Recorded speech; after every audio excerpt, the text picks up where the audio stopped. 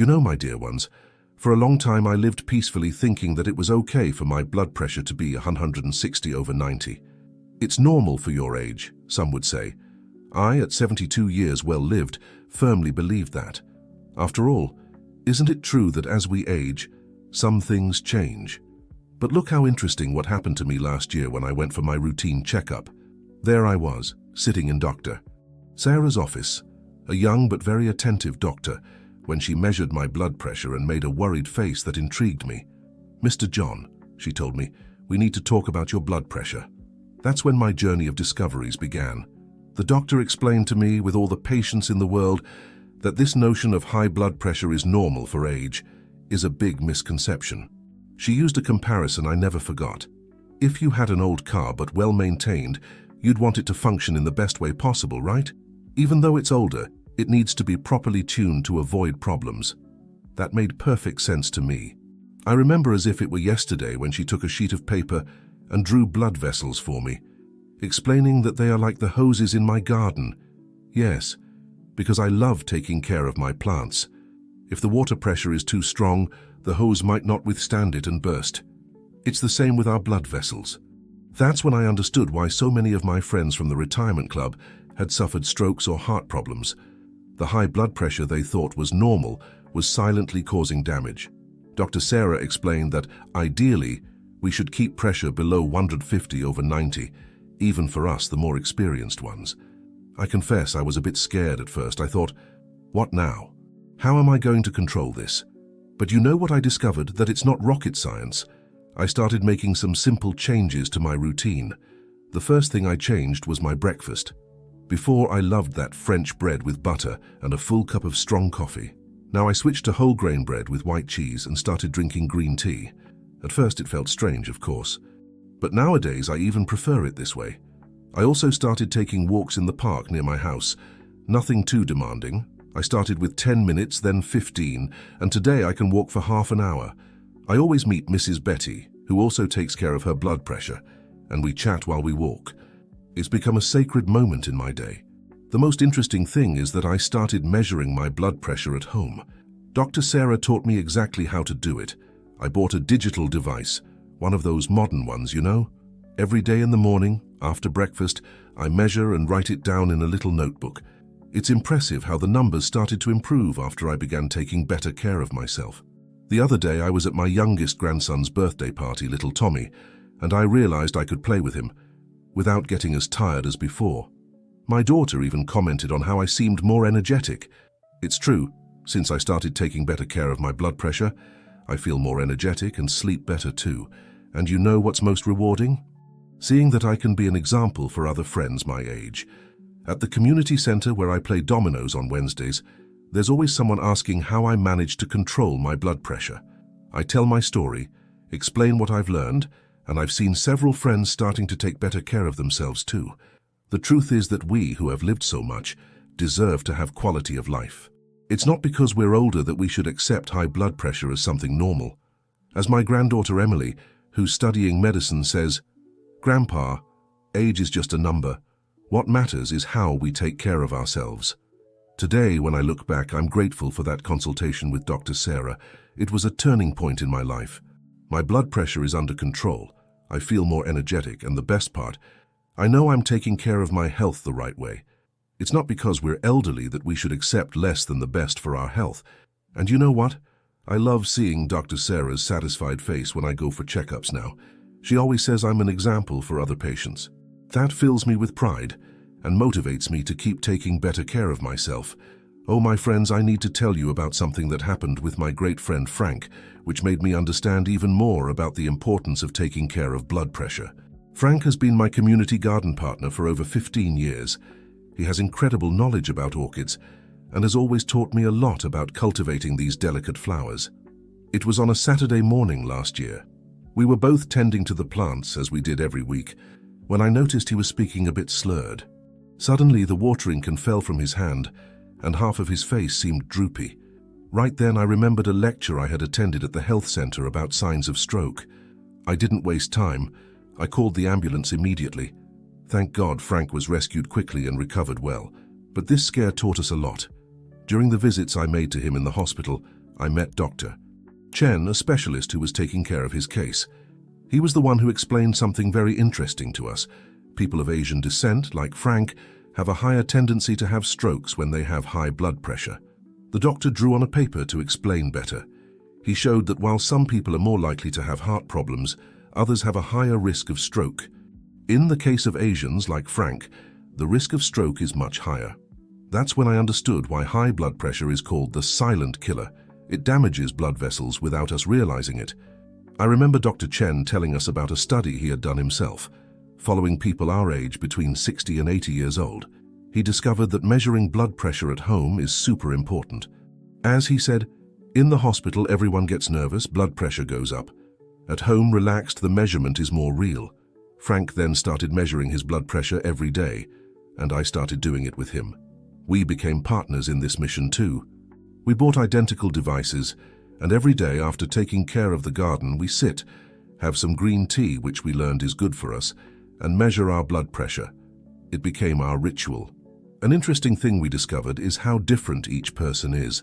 For example, Frank's pressure was always a little lower than mine even before the stroke. Dr. Chen explained that this is normal. Everyone has their pattern. The important thing is to maintain regular control and be aware of changes. After the scare with Frank, we formed a small group in the community garden. Every Thursday, besides exchanging plant cuttings, we exchange health information. There are people from all backgrounds, Japanese, Chinese, Americans, Italians, and each one shares their experience. It's amazing how much we learn from each other. A story that struck me was Mrs. Yuki's, who had lost her sister to a stroke a few years ago. She always said that if she had known the warning signs and the importance of controlling blood pressure earlier, perhaps her sister would still be here. That's why she now makes a point of sharing information with everyone. The most beautiful thing about all this is seeing how our community has strengthened. Now, besides taking care of plants, we take care of each other. When someone misses a day in the garden, we quickly check if everything is all right. We even created a WhatsApp group. Imagine that, all of us over 70, super connected. Frank's granddaughter created it for us, and we use it to remind each other to measure blood pressure and take medications. Last week we had a party in the garden to celebrate 1 year since Frank's stroke. But it wasn't a sad party, no. It was a celebration of life and learning. Everyone brought a healthy dish. I learned delicious recipes that help control blood pressure. Mrs. Yuki brought a vegetable sushi. I made a whole wheat chicken pie with rosemary from our garden, and Frank himself prepared a special green tea with jasmine flowers. During the party, Frank gave an emotional speech. He said that despite the scare of the stroke, he was grateful because it made our whole community come together even more and learn to take better care of ourselves. As he said himself, each plant in the garden needs different care, just like each one of us. The important thing is to know the risks and how to take care of yourself. And you know what moves me the most? Seeing that our experience is helping other people. The neighborhood health center even invited us to give a testimonial to a group of hypertensive patients. Just imagine, we, who before didn't even know much about high blood pressure, now helping others to understand better about health. You can't imagine the surprise I had when, after Frank's episode, Dr. Chen invited me to participate in a research study he was doing. I, who had always been a simple retired gardener, suddenly found myself being part of an important scientific study. Let me tell you how this incredible experience was. It all started when Dr. Chen visited our community garden. He was impressed with our diverse group and said it would be perfect for his research. Mr. John, he told me, did you know that people from different backgrounds can react differently to high blood pressure? I confess I was intrigued by that information. The doctor explained that he was studying how blood pressure affects different groups of people, especially older ones between 60 and 80 years old, exactly our age group. He had an interesting theory, that perhaps the blood pressure patterns we consider normal don't apply equally to everyone. Our participation in the research was simple, but very important. For 3 months, we would have to measure our blood pressure 3 times a day, upon waking, after lunch, and before going to bed. Everything had to be noted down in a special little notebook he gave us. The most interesting thing is that he asked us to measure our blood pressure both at home and in his office. And wouldn't you know, he was right. We discovered surprising things. For example, Mrs. Betty, always so calm in the garden, had much higher blood pressure when she went to the office. White coat hypertension was what Dr. Chen called it. Frank, on the other hand, was the opposite. His pressure was more controlled in the office than at home. The doctor explained to us that these differences are super important. He told us about other doctors in Asia who were doing similar research. For example, there was a study in Japan that showed how the traditional Japanese diet helped control blood pressure. That explained why Mrs. Yuki always said she felt better when she ate, as her grandmother had taught her. One of the most interesting parts of the research was when Dr. Chen started relating our daily habits to the measurements. He noticed that on the days we worked in the garden, everyone's blood pressure was more controlled. "It's the perfect combination," he would say. "Light exercise, contact with nature, and socialization." I remember a specific day that marked our research. We were all gathered at the community center, and Dr. Chen brought colorful graphs showing the results. It was exciting to see how each small group had its own patterns. Those of Japanese descent, like Frank and Mrs. Yuki, tended to have blood pressure more sensitive to salt. As for me and other Americans, we responded more to exercise practice. The doctor explained that these differences have to do with our genetics, our lifestyle, and even the environment where we grew up. For example, he showed that people who, like me, grew up in the countryside had different patterns from those who always lived in the big city. A discovery I found fascinating was about blood pressure peak times. Dr. Chen noticed that the Asians in our group had pressure peaks earlier in the day, while others had them in the afternoon. That's why he started recommending different times for each one to take blood pressure medication. In my case, for example, it was better to take it early in the morning, while Frank was better off taking it after lunch. During the research, we created a very special bond with Dr. Chen. He wasn't just a doctor doing a study, he became our friend. He participated in our meetings in the garden, tasted our teas, and even learned to cultivate some medicinal herbs with us. He said he was learning as much as we were. The most gratifying thing was seeing how our participation in the research was helping other people. Dr. Chen started using our experiences to guide other patients. He even published an article in an important medical journal. Imagine that, our little garden story turning into science. At the end of the study, we had a big celebration. Everyone brought a typical dish from their culture, and Dr. Chen prepared a presentation showing everything we had discovered together. It was exciting to see how our small contribution could help so many other people better understand their blood pressure. One thing I learned from this experience is that science is not something distant, done only in laboratories. It happens in everyday life with real people with their stories and particularities. As Dr. Chen used to say, each person is a book with different stories to tell, and each story helps us better understand how to take care of everyone's health. Today, when someone new comes to our garden, I always tell them about our participation in the research. It's with pride that I explain how we learned that each person is unique and needs personalized care. As Frank says, we are like the different flowers in the garden. Each one needs its own type of care to flourish. You know that saying, every heart has its own rhythm. I never understood it so well as when I started paying attention to my heartbeats. It all started on a Sunday afternoon, when my grandson Tommy gave me one of those modern watches that, besides showing the time, measures heart rate. At first, I confess I was a bit scared. The watch showed that my heart was beating 62 times per minute, and I thought it was too low. After all, I had always heard that normal was between 60 and 100 beats. I rushed to call my daughter Emily, the one studying medicine, all worried. That's when she gave me a lesson I'll never forget. "Dad," she said, "each heart has its own rhythm, just like each person has their own way of dancing." And she started explaining to me about heart rate in a way that even I, at 72 years old, could understand perfectly. First, she explained that my 62 beats per minute were actually a very good sign. "It means your heart is strong, Dad. It's like a well-tuned engine that doesn't need to make as much effort to function. And you know why my heart was like this? Because of my daily walks in the community garden, but the story gets even more interesting. In one of our meetings in the garden, we started comparing our heart rates. Now everyone had received watches from their grandchildren. It became a trend.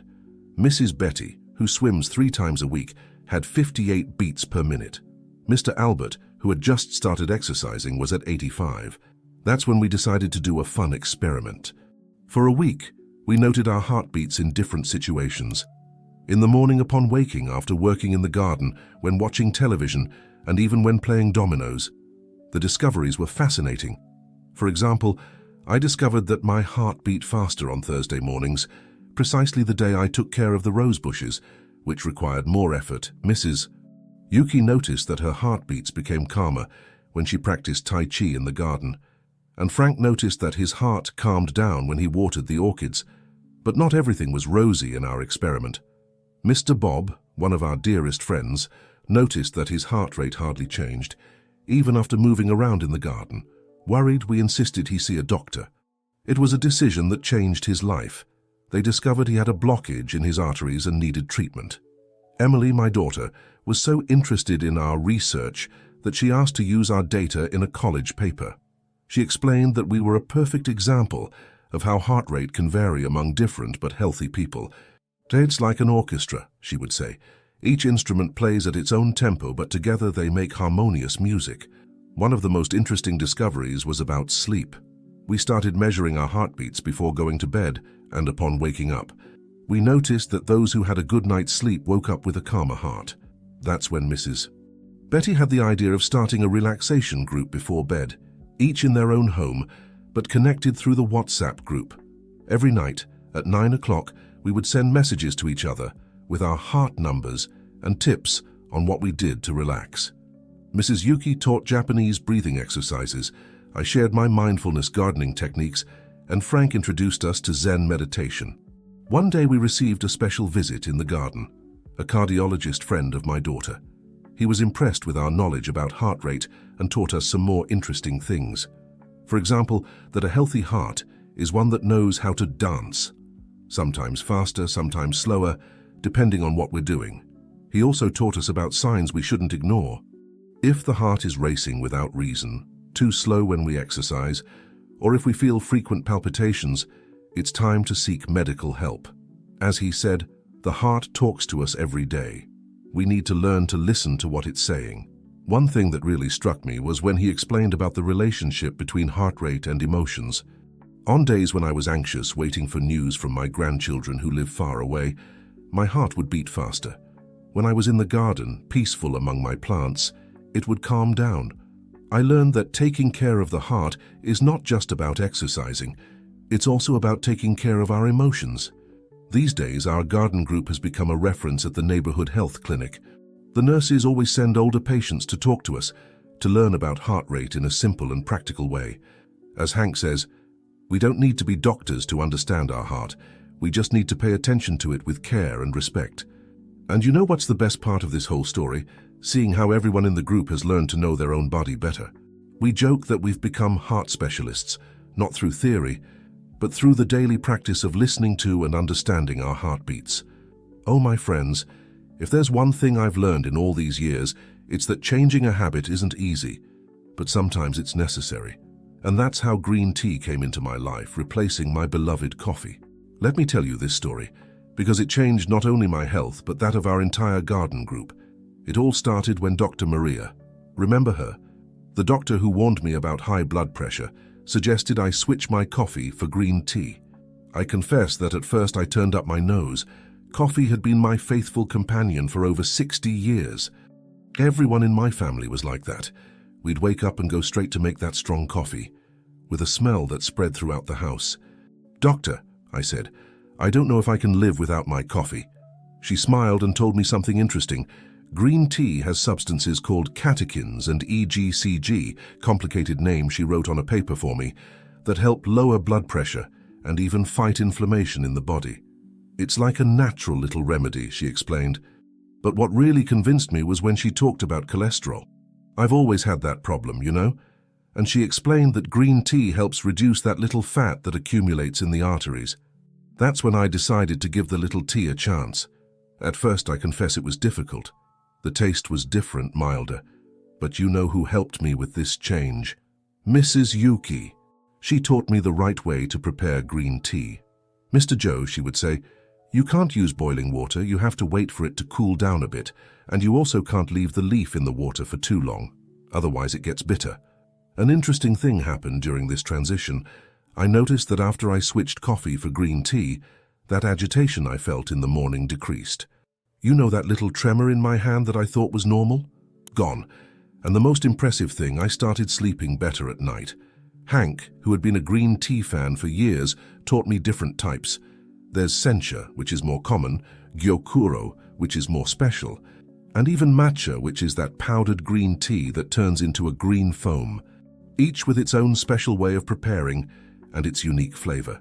Soon our community garden turned into a real tea club. We started planting herbs to mix with green tea, mint, lemongrass, lemon balm. Mrs. Cecilia had the idea of having a tea ceremony every week, where everyone would bring their favorite blend to share. It was in one of these ceremonies that Mr. Albert shared his experience with coffee. He had severe high blood pressure, stage 3 as doctors call it, and continued to drink several cups of coffee a day. After a scare with very high blood pressure, he decided to follow our example and switched to green tea. In a few months, his blood pressure started to get more controlled, but you know what's most interesting? We discovered that we didn't need to completely abandon coffee. Dr. Maria explained that one small cup a day doesn't hurt for those with controlled blood pressure. The secret is not to overdo it. As Mrs. Yuki says, life is like tea. It needs balance to be good. Our fame as tea drinkers began to spread around the neighborhood. The health clinic even invited us to give a talk about the benefits of green tea. Just imagine, me, who a few months ago turned up my nose at tea, now teaching other people about its benefits. A funny story was when my grandchildren came to visit me. They were surprised not to smell coffee around the house, but were impressed with my tea collection. The youngest even started drinking iced green tea, said it's very Instagrammable, whatever that means. Over time, we began to notice other benefits besides controlled blood pressure. Mrs. Yuki said her joint pains had decreased. Hank noticed his skin was better. And me? Well, besides more controlled blood pressure, I noticed that bloated feeling I used to have after lunch simply disappeared. We even created a special corner in the garden just for our tea time. We put a comfortable bench under a tree, a small table with an electric kettle, a gift from our children who were happy with our new healthy routine, and several pretty cups that everyone brought. The other day, Dr. Maria passed by and was delighted with our transformation. She said we were the perfect example of how small changes can make a big difference in health. You not only improved your blood pressure, she said, but you created a community of support and well-being. And you know what's most beautiful? Seeing how this change affected our families too. My daughter started drinking green tea after she saw my blood pressure improve. Hank's son installed a tea corner in his office, and Mrs. Cecilia's grandchildren now ask for iced green tea instead of soda. As I always say, it's never too late to change a habit, especially when that change brings so many good things to our lives. Coffee still has its special place in my heart. I have a small cup now and then like a special dessert.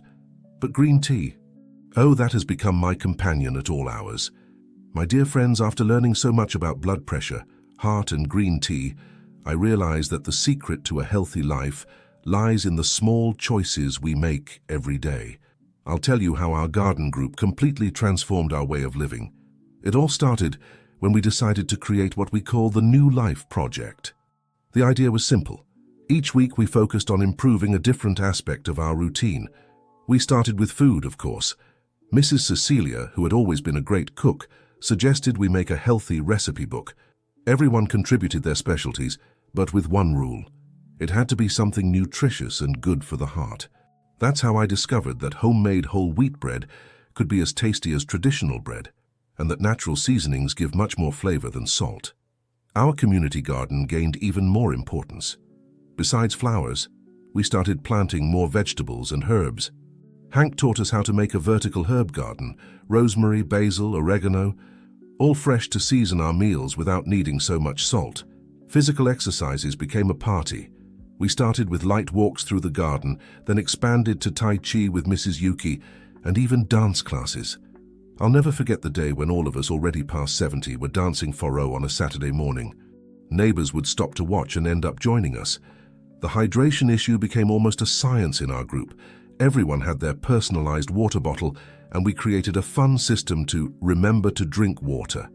Every hour, someone would send a message in the WhatsApp group with water droplet emojis.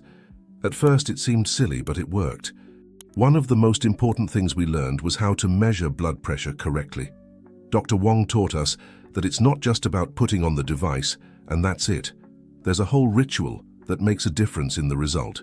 First, we learned about the importance of resting before measuring. 5 minutes sitting quietly, breathing slowly, he would always say. Hank joked that these 5 minutes were our Zen moment of the day. The choice of arm was also an interesting discovery. Each of us marked with a colored ribbon the arm that gave the highest reading. This would be the official arm to always measure blood pressure. I tied a green ribbon on my left arm, the color of my favorite sports team. Adjusting the cuff became our specialty, Mrs. Yuki sewed a fabric strip of the exact size that the cuff should be for each of us. If more than one little finger fits, it's too loose, she would explain to newcomers. Final chapter, our life lessons. Looking back, I realize how much our lives have changed since we started this journey. It wasn't just our blood pressure that improved. Our friendship grew stronger, our health more vigorous, and our joy of living increased. Today, our garden is much more than a place to grow plants. It's a space for healing, learning, and friendship. The doctors at the health clinic even send other patients to meet our group. As Hank says, we plant health and harvest happiness.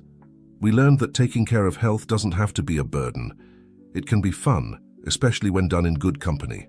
Our golden rules are simple. Replace coffee with green tea. Although I still have a small cup of coffee on Sundays, don't tell Dr. Maria. Measure blood pressure regularly, always on the same arm and calmly. Keep the body moving, even if it's just tending to the garden. Eat real food, without much salt, but with lots of flavor. And most importantly, cultivate good friendships and smile a lot. Last week, during our weekly tea ceremony, Mrs. Cecilia said something that touched my heart. We're not just increasing our life expectancy, we're increasing our joy of living. And that's how I want to end this story, with the certainty that it's never too late to start a healthier life, and that the secret is not in big changes but in small daily care. Like our garden plants, we need constant attention, affection, and patience to flourish. And always remember, high blood pressure is not normal for age. It's a sign that we need to take better care of ourselves. With the right tools and good company, we can have a full and healthy life at any age. With love, Joe from the garden.